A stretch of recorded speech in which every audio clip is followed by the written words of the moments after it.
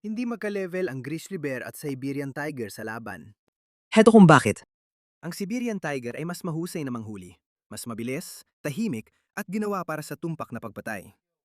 Mas mahaba ang mga kuko at nakakamatay ang kagat. Sa pananambang, mabilis mailalagay ng tigre sa panganib ang oso. Ngunit ang panganib ay hindi pagkatalo. Mas mabigat ang dandaang libra ang grizzly bear kaysa tigre. Mas makapal ang kalamnan at taba. At kaya nitong tiisin ang matinding pinsala nang hindi tumitigil. Pumapatay ang mga tigre sa pamamagitan ng pagtutok sa leeg at mga mahahalagang bahagi ng katawan. Hindi basta-basta natutumba ang mga oso ng ganoon kadali. Hindi agad dinatapos ng tigre ang laban. Mabilis na nagbabago ang sitwasyon. Pag ginamawa ka ng oso ang tigre, tapos na ang laban. Isang hampas, pwedeng mabali ang buto. Isang yakap, mawawala ang kalamangan ng tigre.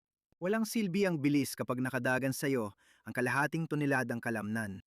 Kailangan ng tigre ang perpeksyon, samantalang ang oso ay konting dikit lang. Hindi ito laban ng mandaragit sa mandaragit, kundi patibong sa hindi maiwasan. Ang grizzly bear ang nanalo ng todo. Malupit. At pinatunayan kung bakit ang laki at tibay pa rin ang naghahari sa kagubatan.